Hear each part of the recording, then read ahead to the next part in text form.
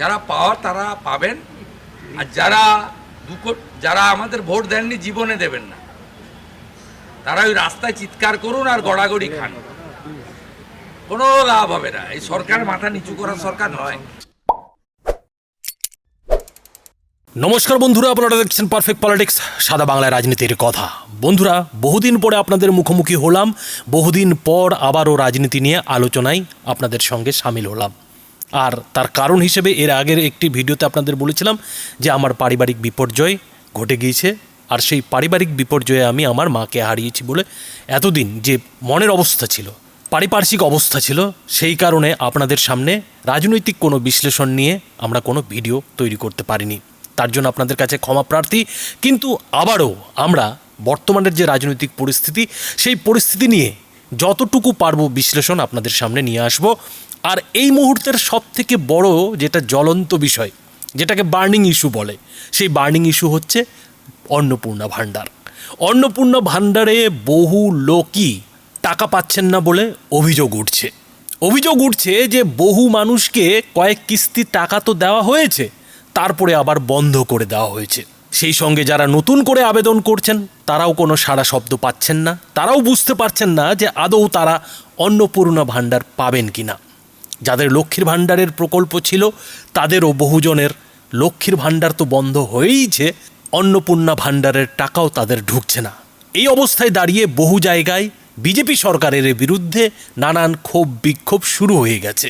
আর এই ক্ষোভ বিক্ষোভ যত বাড়ছে ততই মানুষের মনের মধ্যে একটা ভাবনা তৈরি হচ্ছে, আর সেই ভাবনাটা যেটা হলো যে আদৌ কি সরকার পরিবর্তন করে কোনো লাভ হলো।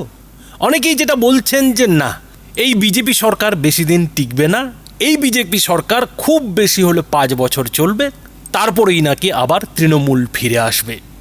এমন ভাবনার পেছনে বড় কারণ হলো মানুষের হতাশা। আর সেই হতাশাটা সবথেকে বড় বেশি করে হচ্ছে এই অন্নপূর্ণা ভাণ্ডারের 3000 টাকা নিয়ে। রাস্তাঘাট খারাপ, স্বাস্থ্য ব্যবস্থা খারাপ, সেসব নিয়ে মানুষের কোনো বিদ্রোহ বিক্ষোভ নেই, কিন্তু অন্নপূর্ণা ভাণ্ডারের টাকা কেন পাচ্ছেন না সেই নিয়ে মানুষ রাস্তায় নেমে পড়ছেন। আর এই যে পরিস্থিতি, এই পরিস্থিতি দেখেই অনেকেই বলছেন যে বিজেপির 100 দিন সময় কাটতে না কাটতেই এই অবস্থা, তাহলে 5 বছরে বিজেপির কি হাল হবে, কি দশা হবে। আদৌ কি বিজেপি এই পশ্চিমবঙ্গে রাজত্ব টিকিয়ে রাখতে পারবে? শুভেন্দু অধিকারী কি তার মুখ্যমন্ত্রিত্ব টিকিয়ে রাখতে পারবেন? এমনই নানা প্রশ্ন নানা দিক থেকে শোনা যাচ্ছে। কিন্তু বন্ধুরা, যারাই এই প্রশ্নগুলো আমাদেরকে আমাকে জিজ্ঞেস করেছে চায়ের দোকানে কিংবা বাজারে, তাদেরকে আমি একটাই কথা বলেছি যে খেলা তো সবে শুভেন্দু অধিকারীরা শুরু করেছে, বিজেপি তো সবে পশ্চিমবঙ্গে খেলা শুরু করেছে, খেলার এখনও অনেক সময় বাকি আছে। ফলে এই অন্নপূর্ণা ভাণ্ডার নিয়ে যে বিক্ষোভ বিদ্রোহ দেখা যাচ্ছে, সেই সব দিয়ে কিন্তু আগামী 5 বছর পর বিজেপি সরকার এই পশ্চিমবঙ্গে থাকবে কি না সেটা এখনই বলা যাবে না। বিজেপি যে খেলাটা খেলছে তার পেছনে বিজেপির একটা টার্গেট আছে, বিজেপির একটা লক্ষ্য আছে, বিজেপির একটা রণকৌশল আছে। আর সেই রণকৌশলটা কি বন্ধুরা? সেই রণকৌশলটা মুখ্যমন্ত্রী শুভেন্দু অধিকারী নিজেই বলে দিলেন। আর সেটা তিনি কি বললেন বন্ধুরা, দেখুন ভিডিও।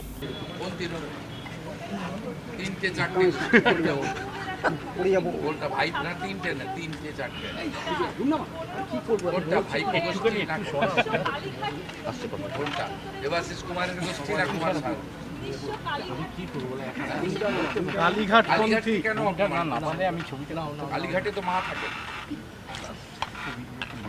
আপনি বলুন যে পিসি ভাইপোর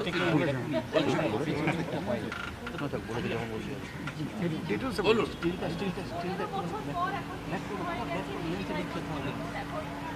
না হয়নি নিশ্চয়, আরো অনেক কিছু বাকি আছে, অনেক কিছু বাকি আছে, কয়েক মাসের মধ্যে সেটা দেখতে পাবো। আমি রাজ্যের মুখ্যমন্ত্রী হয়েছি, পুলিশ মন্ত্রী হয়েছি, আরো কাজ বাকি আছে। 106 দিনে কি সব কাজ করা যায়নি? যে যা লুট করেছে দুজন মিলে, পিসি আর ভাইপো, এর হিসাব তো হবে, হিসাব তো হয়নি তো, সবে যোগ বিয়োগ হচ্ছে। শ্বেতপত্র প্রকাশ করবে স্বপন দ্বারা, শ্বেতপত্র ঢোকার পরে চার্জশিটেড হবে, চার্জশিটের পরে তো অনেক কিছু হবে, এখনো দেখা বাকি আছে। মাননীয় মুখ্যমন্ত্রী, নেতাজি সুভাষচন্দ্র বসুর সেবা কেন্দ্র 70,000 মহিলা আপনার কেন্দ্রে, হ্যাঁ? 70,000 মহিলা আপনার কেন্দ্রে অন্নপূর্ণা 17,000 17,000 সরি ভুল বলেছি 17,000 মহিলা 15,000 অ্যাকাউন্টে ঢুকে গেছে, 2,000 এর প্রসেসে আছে। অনেকে এখনো পাচ্ছেন না, এই নিয়ে অনেক বিভ্রান্তি হচ্ছে। বিভ্রান্ত, আবেদন করবেন, পেয়ে যাবেন। জুনে 28 লাখ পেয়েছিলেন, জুলাইতে 1,19,00,000 পেয়েছেন, আগস্টে 1,45,00,000 লোককে দিয়েছে। প্রসেস আছে, করবেন তো, তাড়াহুড়া কি আছে? সবাই পাবেন, সবাই। যারা পাওয়ার যোগ্য তারা পাবেন। সরকারি কর্মচারী আপনি কেন পাবেন? আপনাকে তো 20% দিয়ে আপনার অধিকার। আমরা তো অক্টোবর মাসের বেতন নিয়ে দেবো, পে কমিশন করে দিচ্ছি। আমরা ধীরে ধীরে কেন্দ্র রাজ্য তফাৎ মিটিয়ে দেবো। আপনাকেও অর্থনৈতিক প্রোটেকশন দেবো, অর্থনৈতিক প্রোটেকশন তো সকলকে দেবো। অবসরপ্রাপ্ত সাংবাদিকদেরও মমতা ব্যানার্জি 2,000 টাকা করে নাকি দিত পেনশন, ওটা চালু, ওটা আমরা 5,000 টাকা করে পেনশন দেবো। 1 সেপ্টেম্বর থেকে তার হয়ে যায়, বাজেটে অর্থমন্ত্রী ঘোষণা করেছেন। ওটাও সামান্য অর্থ। আমরা প্রত্যেকটি জায়গা দেখছি, চাকরির দিগন্ত শুরু হবে, ওবিসির জন্য আটকে ছিল। সেপ্টেম্বর মাস থেকে দেখবেন যত নিরপেক্ষ লোকদের, রামকৃষ্ণ মিশনের মহারাজরা এসএসসির মেম্বার হয়েছে, এগুলো কখনো ভাবতে পেরেছিলেন নাকি? রামকৃষ্ণ মিশনের শিক্ষা প্রতিষ্ঠানের মহারাজরা, IIM এর প্রফেসর, তারা এসএসসি চালাবেন। অনিল ভার্মার মতো সৎ IAS অফিসার PSC চালাবেন। এগুলো তো কখনো ভাবতে পারেননি আপনারা। ধৈর্য রাখবেন, যারা পাওয়ার তারা পাবেন, আর যারা আমাদের ভোট দেননি, জীবনে দেবেন না, তারা ওই রাস্তায় চিৎকার করুন আর গড়াগড়ি খান, কোনো লাভ হবে না। এই সরকার মাথা নিচু করার সরকার নয়, হিউজ ম্যান্ডেট নিয়ে জিতেছে। সব যোগ বিয়োগ 5 বছর পরে হবে। কেন এত বরিড হতে যাবে না? এত চঞ্চল হয় নাকি? 208টা MLA জিতেছে, একটা আমি ছেড়েছি বলে 207। 2,92,00,000 ভোটার, 5 বছরের ম্যান্ডেট। হ্যাঁ, আরো যদি 20 লাখ মহিলা যোগ্য হয়, অর্থমন্ত্রীর সামনে বলছি, কথা না বলেই বলছি, দেবো অর্থ জোগাড় করে দেবো। তাহলে এই যে হাহাকার, এটা কি রাজনৈতিক? এটা কি কোনো রকম চক্রান্ত আছে এর ভেতরে? এই যে বিক্ষোভ, তার ভিতরে চক্রান্ত আছে? না না, আমি বলছি বিভিন্ন জায়গায় অভিনন্দন যাত্রা অনেক বেশি হচ্ছে, বড় বড় লম্বা লম্বা হচ্ছে। এটা কি রাজনৈতিক? এই যে যারা পাচ্ছেন না বলে বিভিন্ন ভিডিও বিভিন্ন সোশ্যাল মিডিয়ামে আসছে, যে রাস্তায় তারা আপনি মাথা আনাচ্ছেন কুটছে। বলে আসছে। না না না, আপনি অন্য কাজ করুন না। মহিলারা সরকারি বাসে ফ্রি ঘুরছে, দেখাচ্ছেন নাকি? সপ্তাহে 2 দিন করে মা আহারে মাছ দিচ্ছেন, বলেছিলেন তো বিজেপি এলে মাছ দেবে না। হসপিটালে গেছেন, 54 টাকা 40 পয়সার ডায়েট 110 টাকা হয়ে গেছে। আয়ুষ্মান ভারতে অপারেশনগুলো হচ্ছে, হসপিটালগুলো, নার্সিংহোমগুলো গিয়ে ছবি দেখান না যে আয়ুষ্মান ভারতে কত অপারেশন হচ্ছে এই 3-4 দিনের মধ্যে। আয়ুষ্মান ভারত স্টার্টেড ইন বেঙ্গল, এগুলো করুন না।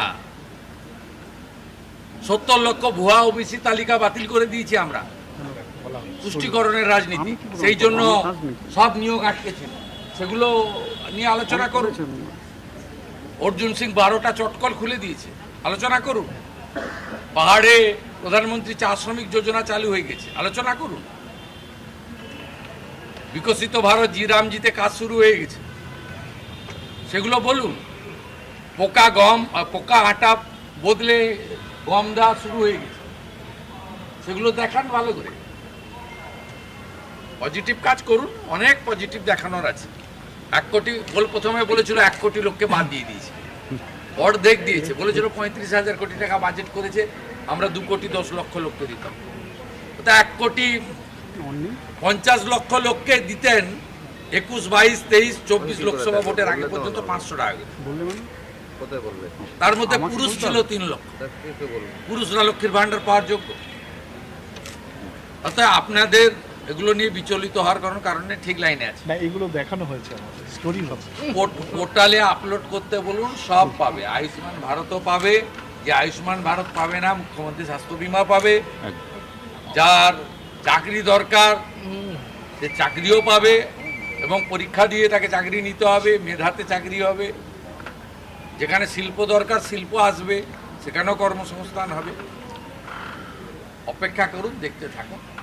ট্রাকের পিছনে লেখা থাকে, ওটাই তৃণমূল এবং সিপিএমের ক্ষেত্রে প্রযোজ্য, দেখবি আর জ্বলবি লুচির মতো। তো বন্ধুরা, বুঝতেই পারছেন শুভেন্দু অধিকারী একেবারে রাগ ঢাক না করেই যেটা জানিয়ে দিলেন যে কারা অন্নপূর্ণা ভাণ্ডারের টাকা পাবেন আর কারা পাবেন না।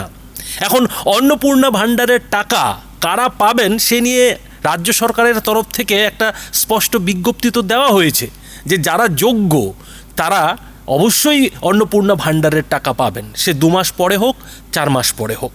কিন্তু যারা অযোগ্য, যাদের প্রচুর টাকা পয়সা রয়েছে, যাদের এই টাকার দরকার নেই, কিন্তু এতদিন লক্ষ্মীর ভাণ্ডারের টাকা চুপি চুপি নিচ্ছিলেন, অবৈধভাবে নিচ্ছিলেন, তাদের নাম বাদ যাবে। কিন্তু সবথেকে বড় যে কথাটা শুভেন্দু অধিকারী বললেন সেটা হচ্ছে বিশেষ এক সম্প্রদায়কে নিয়ে, যে সম্প্রদায় এতদিন তৃণমূলকে একেবারে ঝোলা ভরে ভোট দিয়েছে, বিজেপিকে আটকানোর জন্য সমস্ত রকমের চেষ্টা করেছে, সেই সম্প্রদায় যে এই অন্নপূর্ণা ভাণ্ডার থেকে বড় রকমের একটা ধাক্কা খাবে বা খেতে চলেছে বা খেতে শুরু করেছে, সেটা কিন্তু শুভেন্দু অধিকারী স্পষ্ট বলে দিলেন, স্পষ্ট ইঙ্গিত দিয়ে দিলেন যে তারা যতই রাস্তায় কান্নাকাটি করুন না কেন, তাদের জন্য কিন্তু এই বিজেপি সরকার মাথা নোয়াবে না।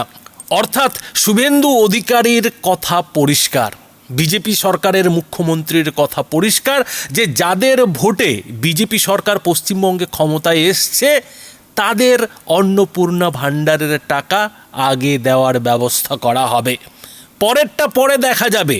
হ্যাঁ, যারা যোগ্য তাদেরকে অবশ্যই এই অন্নপূর্ণা ভাণ্ডারের ব্যবস্থা করে দেওয়া হবে, কিন্তু যারা অযোগ্য, যারা নানা রকমের নকল নথিপত্র দিয়ে এতদিন লক্ষ্মীর ভাণ্ডারের নামে রাজ্য সরকারের টাকা খেয়ে যাচ্ছিলেন, যে পুরুষেরা এতদিন মহিলা সেজে লক্ষ্মীর ভাণ্ডারের টাকা নিচ্ছিলেন, তাদেরকে এই বিজেপি সরকার কোনোভাবেই অন্নপূর্ণা ভাণ্ডারের টাকা দেবে না, তা সেই যতই বিদ্রোহ বিক্ষোভ রাস্তায় হোক না কেন। অর্থাৎ মাথা নোয়ানোর প্রশ্নে কিন্তু শুভেন্দু অধিকারী যেটা বলে দিলেন যে এই অন্নপূর্ণা ভাণ্ডার নিয়ে যে খেলাটা খেলা হচ্ছে, সেই খেলা কোনোভাবেই তিনি সফল হতে দেবেন না। আর এই খেলার পেছনে কে আছে সেটাও কিন্তু শুভেন্দু অধিকারী বলে দিলেন, ইঙ্গিত টিঙ্গিত নয়, পরিষ্কার বলে দিলেন যে আগামী কয়েক মাসের মধ্যে আরও অনেক কিছু দেখতে পাবেন। সবে তো হিসেব চলছে, অঙ্ক কষা চলছে, আর সেই অঙ্ক কষা শেষ হলেই আরও অনেক কিছু দেখা যাবে। অর্থাৎ শুভেন্দু অধিকারী পরিষ্কার বলে দিচ্ছেন যে যারা এখন চোখের চিকিৎসার নামে বিদেশে যাওয়ার চেষ্টা করছে বা বিদেশে যাচ্ছে, তারা যে চোখের চিকিৎসার নামে বিদেশে গিয়ে পালিয়ে থাকতে পারবে না, তার ব্যবস্থা কিন্তু তলে তলে শুভেন্দু অধিকারীর সরকার শুরু করে দিয়েছে। সেই সঙ্গে যে নিঃস্ব তৃণমূল নেত্রী এখন চুপচাপ কালীঘাটে বসে রয়েছেন, তিনি যে এখনও নিঃস্ব হননি সেটাও শুভেন্দু অধিকারী বলছেন যে আরও অনেক কিছু করা বাকি আছে, অনেক যোগ বিয়োগ করা বাকি আছে। তার মানেটা কি? তার মানে শুভেন্দু অধিকারী যেটা বোঝাতে চাইছেন যে সবে তো সরকারের বয়স 106 দিন হয়েছে, সরকারের কাছে এখনও 4 বছরের মতো সময় পড়ে রয়েছে, আর এই 4 বছরে কত কী না খেলা হবে, রাজনীতিতে আর কত কী না ঘটবে, সেগুলো তো সবই এখনও ভবিষ্যতের গর্ভে রয়েছে। একটু ধৈর্য ধরুন সেই খেলা দেখার জন্য। আর সেই কথাটাই কিন্তু খোদ শুভেন্দু অধিকারীও বলে ফেললেন। তো বন্ধুরা, এই বিষয়ে আপনাদের কি মতামত? আপনাদের মতামত অবশ্যই এই ভিডিওটির নিচে কমেন্ট বক্সে লিখে জানাবেন। ধন্যবাদ।